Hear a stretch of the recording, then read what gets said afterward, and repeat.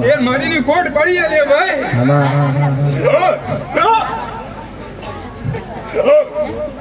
બીજા 12 મહિના પછી લે ભાઈ. 12 મહિના પૂરા ના થાય લે ભાઈ. શેર મારીની કોટ પૂરી ના કરીને બતાવ લે ભાઈ. તું અનવટી મટી જાવ લે ભાઈ.